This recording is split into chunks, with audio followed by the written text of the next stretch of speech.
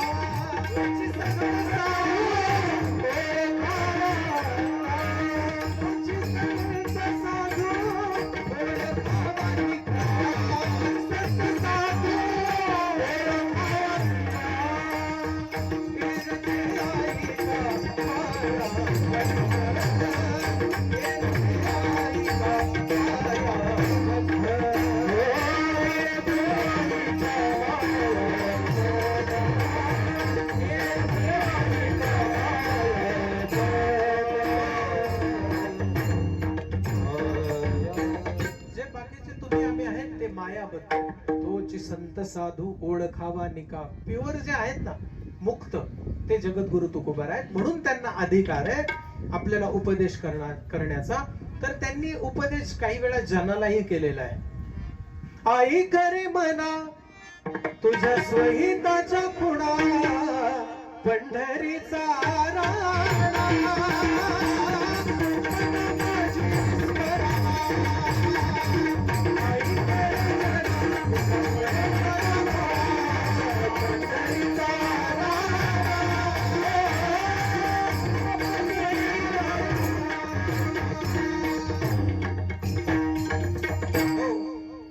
स्वहिताच्या खुणा सांगितल्या की पंढरीचा राणा मना माझी स्मरावा. हा जनाला उपदेश आहे. आई करे उपदेश कुणाला? जनाला. आई करे जना. काही वेळा उपदेश जनासहित मनाला. ऐसे जागवितो मना सरिसे जना सहित असं म्हणतात. फलकटवतो संसार याच ते चरण आहे का. ऐसे जागवितो मना. तुकोबारायांनी देवालाही जागवलं.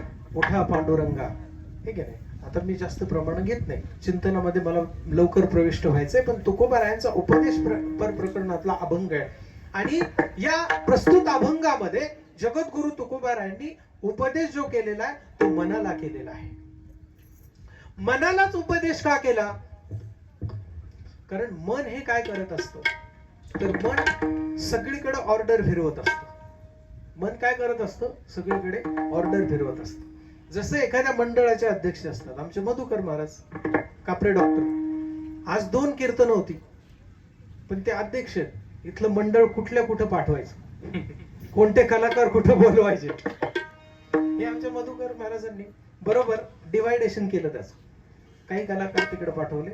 आदरणीय आमचे मित्र प्रवीण मुळे दादा यांचं कीर्तन तिकडे होतं पण म्हणले आता विभागून कलाकार पाहिजेत म्हणून त्यांनी इथं काय केलं विभागणी केली. तसं मन काय असतं? दश इंद्रिय अध्यक्ष. दश इंद्रियाचा अध्यक्ष मन आहे आणि मग ते काय करत असतं सगळीकडं काय विचाराची श्रुती पाठवायची ते पाठवत असतं. भले चांगले असेल वाईट असेल. मन काय करत असतं की कुठलीही कृती करणं ऑर्डर पहिली कोण देतं? विचार करा. कोण सांगतं? मन. इथून चालत जायचं हे सुद्धा चालावं. तुम्ही शब्द जरी तोंडाने बोलत नसले तोंड तुमचं बोलत नसलं तरी इथून चालत जावं हे अगोदर मनात येतं आणि मन ऑर्डर देतं चला आता उठा. तुम्ही उठू नका तुम्ही कीर्तन ऐका थोडा वेळ हे का. पण हे सांगतं कोण? मन. आणि म्हणून मनाला महत्व दिलं आणि मग या मनाने काय काय करता येईल आणि काय काय केल्यावर वाटोळं होईल आणि काय काय केल्यावर चांगलं होईल याच्यासाठी तुकोबारायांनी मनाला उपदेश केला. तो काय उपदेश केला? अभंगाचा प्रथम चरण.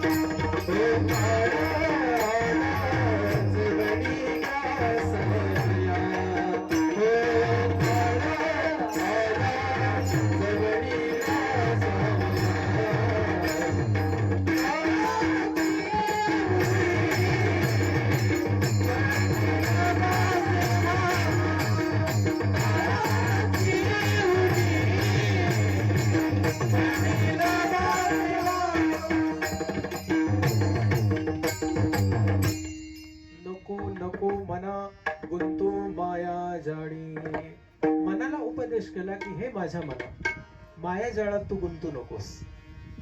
काय असतं हे गुंतणं आणि काय असतं मन, नेमकं काय? जर तुम्हाला मी जर विचारलं ना मन म्हणजे काय, थोडक्यात व्याख्या सांगा, सांगता येणार नाही. येईल का सांगता मन म्हणजे काय? कारण जी गोष्ट दिसत नाही ना त्याचा आपल्याला काही सांगता येत नाही. म्हणून नास्तिक जन्माला आले, देव दिसत नाही त्यांना, ते म्हणतात देवच नाही. पण हे जे विश्व चालतं हे सगळं त्याच्या कृपेने चालतंय महाराज. जसं घरामध्ये कोणीतरी कुटुंब प्रमुख असतो, तो घर चालवतो, तसं हा निसर्ग सगळं चालवतो म्हणण्यापेक्षा निसर्गाचाही बापतोय.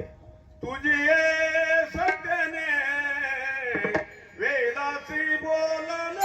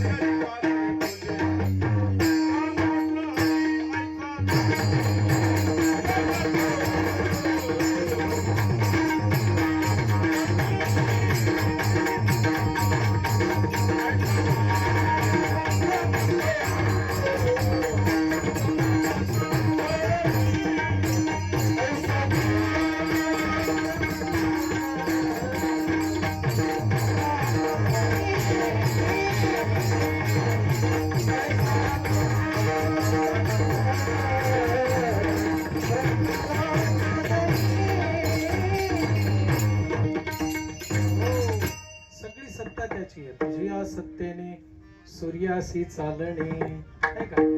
सूर्य सुद्धा त्याच्या सत्तेने चालतो. किंवा म्या हलिविल्या प्राणू हले, म्या जगाची जो चालविता. म्हणून तो सर्व करता आहे. आता हे जे मन आहे, माझा मुद्दा असा होता की दिसत नाही म्हणून सांगता येत नाही, पण काम करतं की नाही हे मला सांगा. काम करतं की नाही? काम करतं. एक उदाहरण म्हणून तुम्हाला सांगू का? समजा तुम्ही एखाद्या कार्याला गेल्या, कुठलंही काम असेल, आणि तुमचा मत्सर करणारी एखादी तुमची शत्रू म्हणा, किंवा तोंडावर गोड बोलणारी आणि मनात काळं बेरं असणारी म्हणा, ती जर भेटली आणि तिला काहीतरी तुमचं सुधारलेलं खटकलं आणि तिने नाक डोळे मुरडले आणि काहीतरी माणसात ती वेगळंच तुम्हाला बोलली, ठीक आहे, आणि त्या ठिकाणी तुमचा कमीपणा झाला आणि ते बोललेले शब्द, सगळा कार्यक्रम झाला तरी ते कुणी सेव्ह करून ठेवले, साठवून मेंदूने ठेवले. मेंदूकडे कुणी ट्रान्सफर केले? मनाने, है की नाही? मनात ते राहिलं की माझा हिने अपमान केलाय, आणि ती जर घरी गेली, रात्रीच्या 12 वाजून गेल्या, 1ही वाजली, झोपच नाही, नवरा कुठून तरी कामावरून आला, त्याला गावाला गेला होता, उशीर झाला, आणि आल्याच्या नंतर विचारलं का गो एवढा वेळ जागे? काय सांगायचं? गरीब वाईट असते बाय.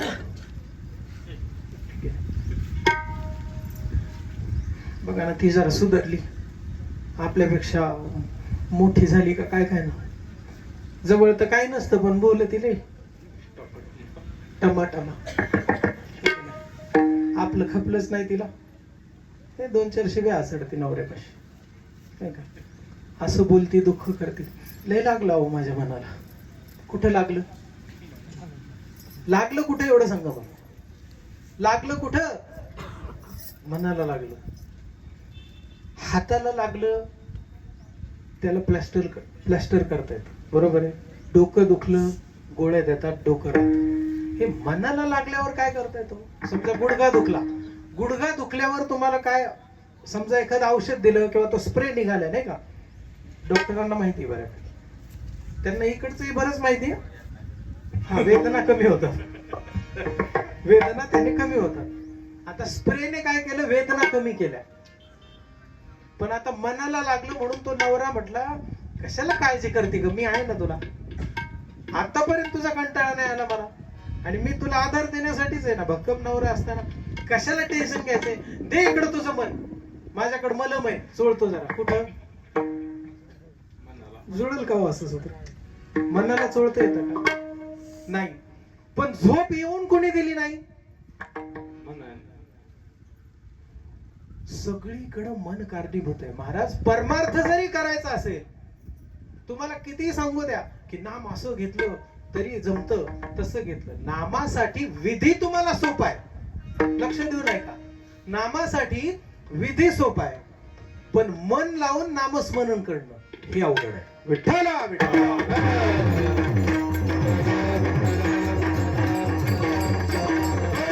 मी माझ्या मनचं बोलत नाही. बऱ्याच जणांचं मत असं आहे की नाम उपहासाने घ्या तरी सुद्धा फलश्रुती देते. बऱ्याच जणांचं मत असं आहे की असं चालत नाही, कारण मन इंद्रियांचा राजा आहे. मनाने जर ठरवलं तर ते शक्य.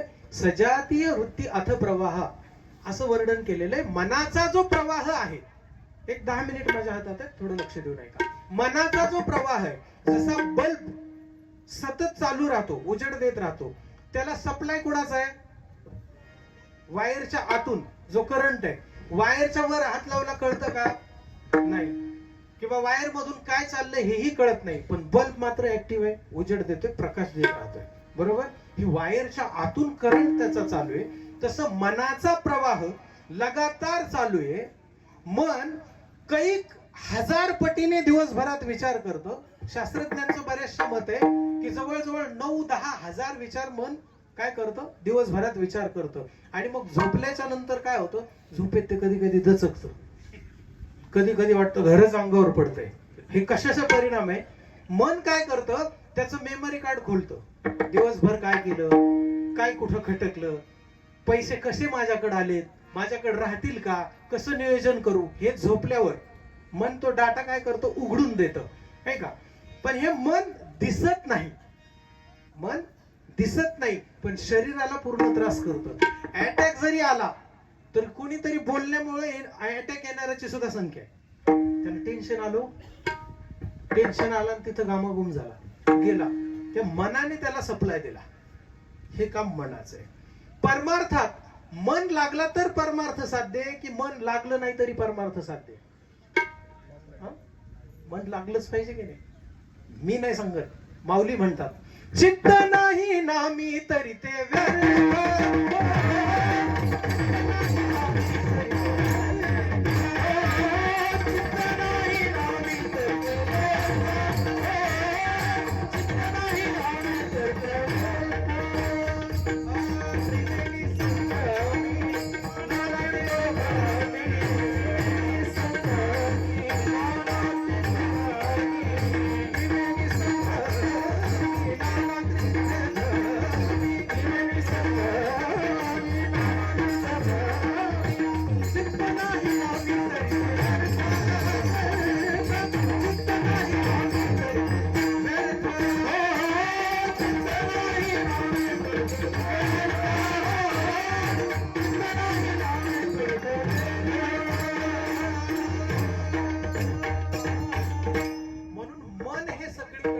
कारणीभूत आहे. परमार्थामध्ये जर तुम्ही मन लावलं तर तुमचा मोक्षापर्यंत तुमची वाट चालेल, आणि संसारामध्ये जर मन लावलं तर तुमची अधोगती आहे. सांगू तुम्हाला, गती अधोगती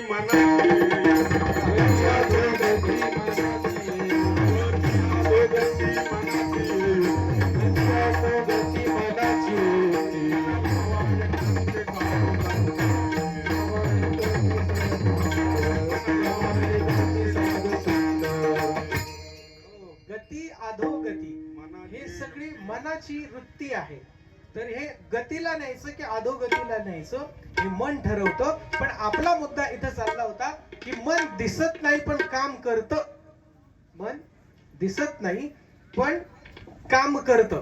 त्रास त्याने कसा दिला ते पाहिलं आपण. माऊलींनी सुद्धा काय सांगितलं, माऊलींनी सांगितलं की हे मन कसं आहे, वाया मन हे ना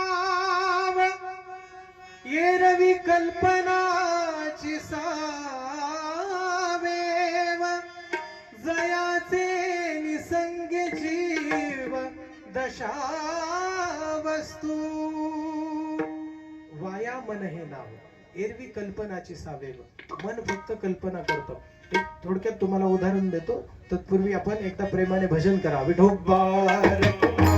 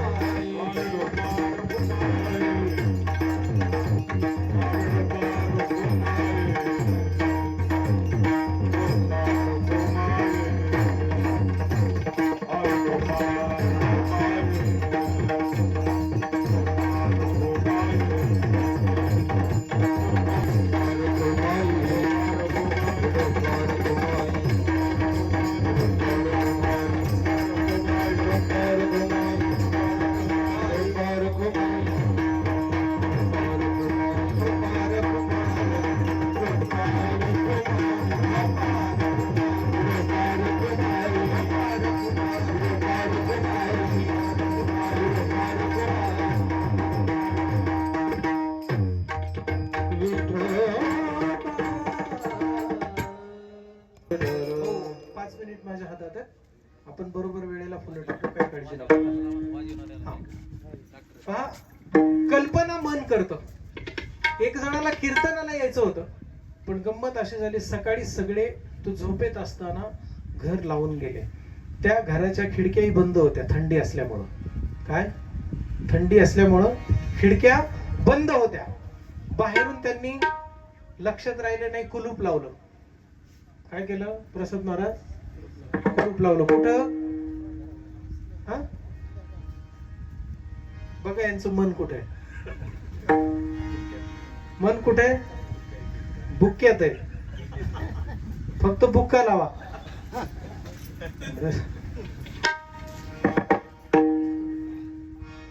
बुक्क्याचे दोन प्रकार आहेत. एक कपाळावरती लावला जातो आणि एक पाठी. एक लावला जातो पाठी. चला असू द्या. कुलूप लावलं दरवाजाला. हा आतच झोपलेला आहे. आता फोन आला, फोन घेतला, कीर्तनाला ये, आणि तेवढ्यात त्याचा मोबाईल डिस्चार्ज झाला. बॅटरी त्याची डाऊन झाली. गंमत झाली. चार्जिंगला तो मोबाईल लावायला गेला. पण गंमत अशी झाली की तर काहीतरी बाहेर वाजलं आणि लाईट गेली. आणि एवढी आग लागली त्या शॉर्ट सर्किटने, एवढी आग लागली की घरात पार अगदी आग येऊन पोहोचली. आता काय करावं? मोबाईल बंद. त्याच्याकडे ते काय म्हणतात चार्जिंगचं, पॉवर बँक. पॉवर बँकही नव्हती. घर बाहेरून लावलेलं, खिडकीतून जाता येत नाही, चांगलं ग्रिल भक्कम आहे, काहीच करता येत नाही. आग अगदी घरात आली. बघता बघता गादीपर्यंत आग आली. कसं सुटेल होत? कसं सुटेल? मोबाईलही नाही, बंद आहे. सांगा मला, झालं आपलं कीर्तन, एवढंच सांगा मला, सुटेल कसं? आग तर जवळ आली. हा, मी देऊ का उत्तर त्याचं? का तुम्ही देता? उत्तर कोण देते?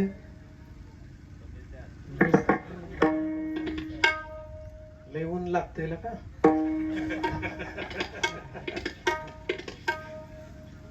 बर, मी सांगू का त्याचं उत्तर? फक्त विचार करणं बंद करायचं. न करी रे मना काहीच कल्पना.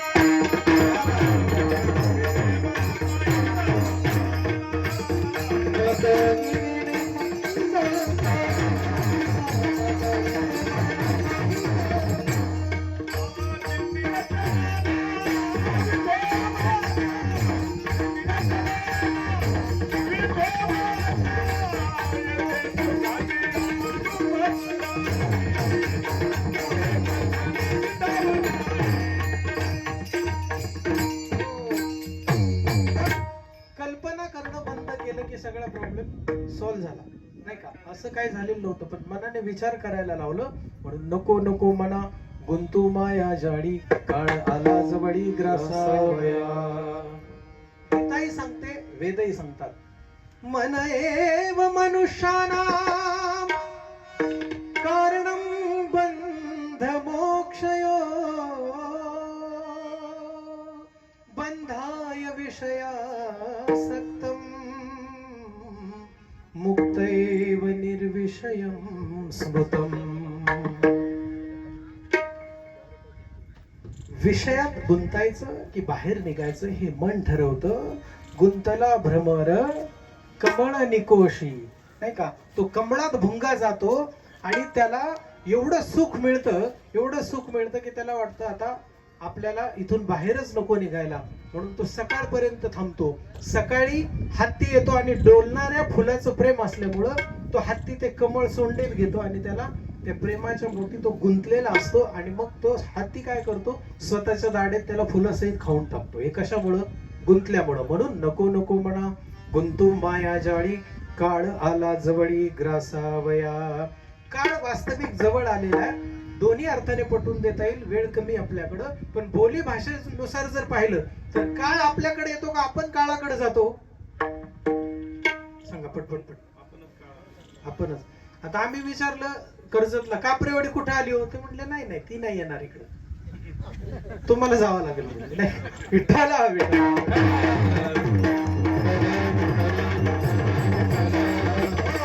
तसा काळ जो आहे तो जवळ आलेला आहे बाबा. आता तरी सावध हो, नाही सावध झाला तर काय होईल? अभंगाचं दुसरं चरण. काळाचे मोळे पडला माझे.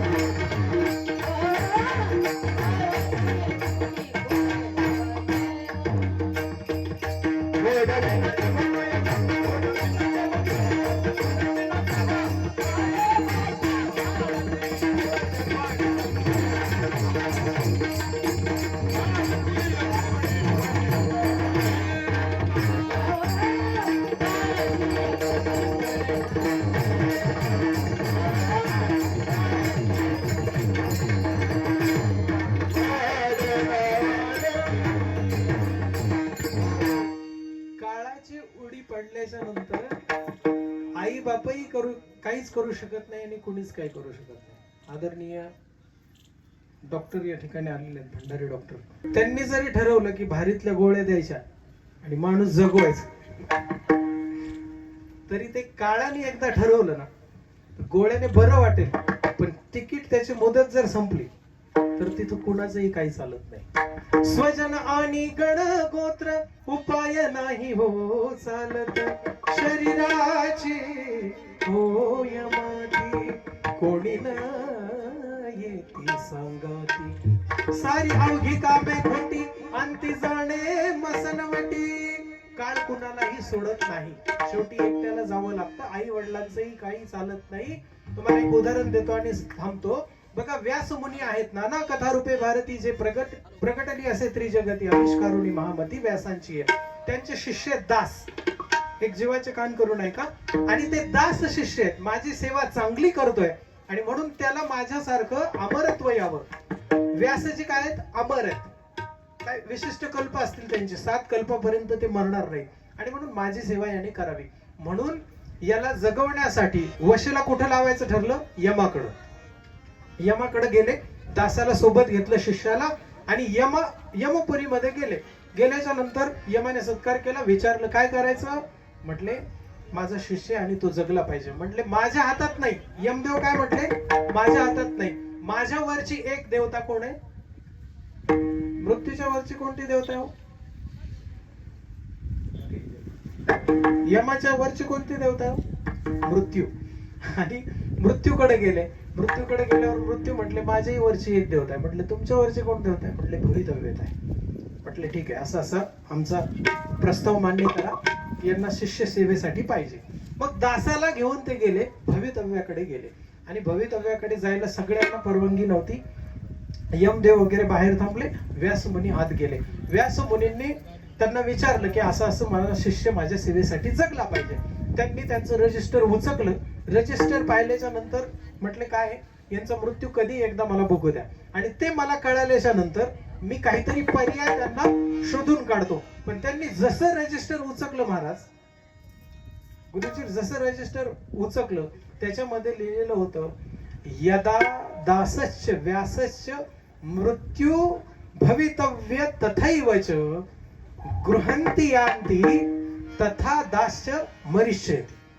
म्हणजे भवितव्याच्या घरी ज्यावेळी हे सगळे मिळून येतील त्यावेळी दासाचा मृत्यू आहे असं ठरलेलं होतं. आणि मग हे सगळे रजिस्टर पाहिल्यावर सांगितलं की म्हणले बाहेर दास मरून पडलेला आहे, आता काही करता येणार नाही. काळाची एवढी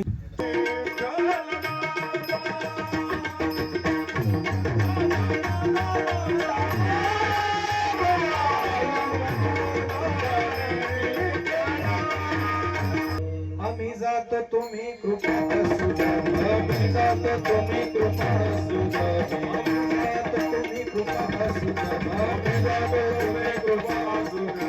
सगळा सांगा विनंती माझी, सगळा सांगा विनंती माझी, सगळा सांगा विनंती माझी. वाढ वेळ झाला उभा पांडुरंग, वाढ वेळ झाला उभा पांडुरंग, वाढ वेळ झाला उभा पांडुरंग, वाढ वेळ झाला उभा पांडुरंग.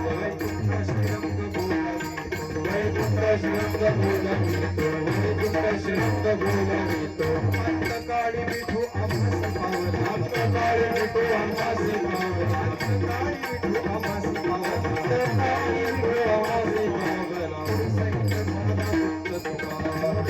झाला गुप्त चोखा, झाला गुप्त चोखा. वाढ वेळ झाला उभा पांडुरंग, वाढ वेळ झाला उभा पांडुरंग, वाढ वेळ झाला उभा पांडुरंग.